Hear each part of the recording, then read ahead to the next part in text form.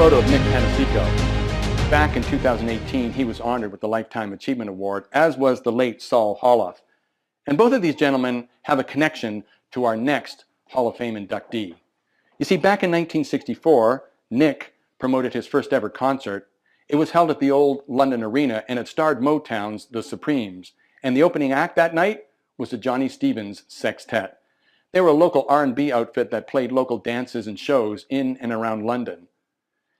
Shortly after their performance at the London Arena, Saul Holoff, who was managing Johnny Cash at the time, approached them and signed on as their manager. And one of the first things that happened at that time is they changed their name to Johnny and the Canadians. One of the things that made the band unique was their lead singer, Johnny Stevens. The transplanted Maritimer was one of the first black men to front a band in the rock and roll era in Canada. To induct Johnny and the Canadians, our first garage band of the 1960s, into the Forest City London Music Hall of Fame, here is former radio personality, car enthusiast, and a pretty good musician in his own right, Jim Chapman. For the past few months, I've been writing the book about the London music scene in the 1960s, the teen scene, that is. And with your permission, I'd like to read a couple of short excerpts from that book. Way back in the early 60s, I went to a dance called the Optahop, emceed by Dick Williams, the tall one. He announced that next week's band would be a brand new one, the Johnny Stevens Sextet. The girl beside me thought that was hilarious, the sextet. But when I went back the following week, what I saw was not hilarious, it was marvelous. Johnny Stevens was a human dynamo on stage who had an energetic but very graceful style, a powerful voice that was both raw and polished, and a definite knack for charming and winning over an audience. This was an entertainer. The six guys providing the music were a revelation too. I later discovered they were among the best of the best London had to offer, and they played up a storm that night. Ken Goff on guitar, Rennie Strasser on bass, Lou Crockett on organ, Joe Dangler on piano, Dave Atwood on sax, and Billy Hilton on drums. These were top players at the top of their game, and it showed. The group performed just about every dance venue in southern Ontario, and young musicians like I became scrambled to see them every chance we got. There was just so much to learn from the old pros. It was no surprise to us when Columbia Records came calling, though it was when they changed the band's name to Johnny and the Canadians. But sadly, a recording career was not to be. Time passed, families grew, and eventually the boys hung them up and went their separate ways, leaving a music legacy in this city that deserves to be remembered and celebrated. I have to say I'm very pleased and grateful to have been asked to be part of this induction ceremony, honoring the outstanding achievements of a band that had such a personal impact on my career and those of so many of my peers. The Johnny Stevens Sextet, Johnny and the Canadians, and through them all the other superlative London bands from the 60s who helped make this city such a wonderful place to be a teen and who set the stage for a vibrant and creative London music scene that continues to this day. Congratulations, Johnny and the Canadians. The Johnny Stevens Sextet grew out of several local bands. Johnny Stevens, the band's charismatic, talented lead singer, hailed from Nova Scotia, the sole black member of this R&B-styled outfit. The band was rounded out by bassist Rennie Strasser, drummer Billy Hilton, lead guitarist Ken Goff, organist Lou Crockett, piano player Joe Dangler, and sax player David Atwood. They drew influence from late-hour broadcasts on WLAC out of Nashville and trips to the Brass Rail to watch Ronnie Hawkins and the Hawks.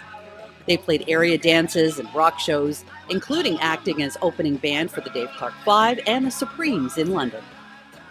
As their popularity grew, they signed with Saul Holoff, who notably managed Johnny Cash. Holoff made arrangements to have the group record their single for Columbia Records in New York City. It was at this time the group renamed themselves Johnny and the Canadians. A Million Tears Ago and Say Yeah were written by Goff and Crockett in the 60s British invasion style. Local popularity surged, and the group quit their jobs and went on the road, performing at clubs and stage shows throughout Ontario and Quebec. Johnny and the Canadians were groundbreaking. Stevens, one of the few black frontmen in Canada in the early days of rock and roll bands, helped to bring down racial barriers. They once rejected a month-long tour of Florida when the promoter suggested they needed to replace their singer because he was black. By 1967, the group folded, and the various members returned home to disperse to other lives and bands, including the locally popular Plum Loco. Maybe we'll fall in love. Hello, my name is Rene Strasser, and I was the bass player for Johnny and the Canadians. I greet you from the isolation of my country home here, and daringly maskless and with a full-blown lockdown coiffure. I would like to thank the presenters for honoring our group and also salute the other musicians who share today's induction into the London Music Hall of Fame. This certainly has been a welcome surprise. Gobsmacked, I think was the word I used when Joe Belanger from the Free Press probed my reaction. It was certainly an insight. Now, reflecting on that 60s era in the London music scene, there was a dynamic kludge of bands that went on and frequently competed, dissolved, regrouped, renamed. Most of us played for several different groups during that period. It was just the way things were. What gave our group some notoriety, I think, was our enchanting frontman, Johnny. He was black. And our 1965 Columbia record release probably put a feather in our cap too. Well, most rock bands of the era were typically 4 or 5 members. We had 7. Now, on a good day, with Kenny doubling on sax, Johnny blowing trumpet, I humbly admit we could cook us up some bad sound. Yes.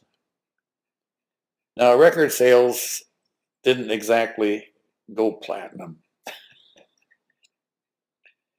But to our band, the adventure of 3/4 of a lifetime ago certainly did. It was exciting to set up our equipment at the Columbia Studios of New York City, hoping with bubbling youthful exuberance to become the next Beatles or the Rolling Stones. But finally, we decided we got to go on the road. That itch was there, and so many musicians get it, and I was thankfully able to get it and scratch it. So after a couple of adventurous years on the road, as all things must, the group folded, some returning to families and jobs, but most again migrating to new groups and in one way or another continuing to play for many decades. Now I'm saddened that 4 of the 7 of the group are now deceased, including our beloved frontman Johnny. And I feel honored to accept this award on behalf of them, as well as their surviving members, Ken Goff, Dave Atwood, and myself. Now, this award ceremony has been hobbled by a lack of personal contact as a result of the COVID dragon. But let us all carry on as we must. We salute and thank the numerous family, friends, and fans who have sent congratulations. to us and our survivors. On behalf of Johnny and the Canadians, I humbly accept this award. Thank you. Hi, I'm Heather Stevens, Johnny Stevens' wife for 47 years of his 69 years of life. I am here to accept this induction into the London Music Hall of Fame on behalf of John. Johnny and the Canadians was a pivotal group in John's life. I want to recognize Rennie Strasser, Dave Atwood Sr., better known as Cool C, and Kenny Kopp, and in memory, Billy Hilton, Joe Dangler, Lou Crockett, and my husband, John Stevens. John and the Canadians were known as one of the most high-energy groups of the 1960s. I have to say that one of the most exciting gigs for them, in my mind, was opening for the Supremes in 1965 at the London Arena. For myself, spending time talking with Diana Ross and Mary before and after the show was a highlight. John passed away nearly 14 years ago now. I know that John would be thrilled and proud of this induction. John and I met at Masonic in St. Thomas at a teen dance. John asked me to dance, and the rest is history. 6 kids, 7 grandchildren, 1 great-grandchild later, and here we are now. I have to note that all the kids are like their dad. Outgoing, big smiles, characters, and accepting of all people. Despite the commitment to the band, John also managed to attend most of the kids' activities, from track, hockey, cheerleading, school band, football, etc. John was there cheering like a proud father. Thank you to the members of the London Music Hall of Fame for recognizing Johnny and the Canadians.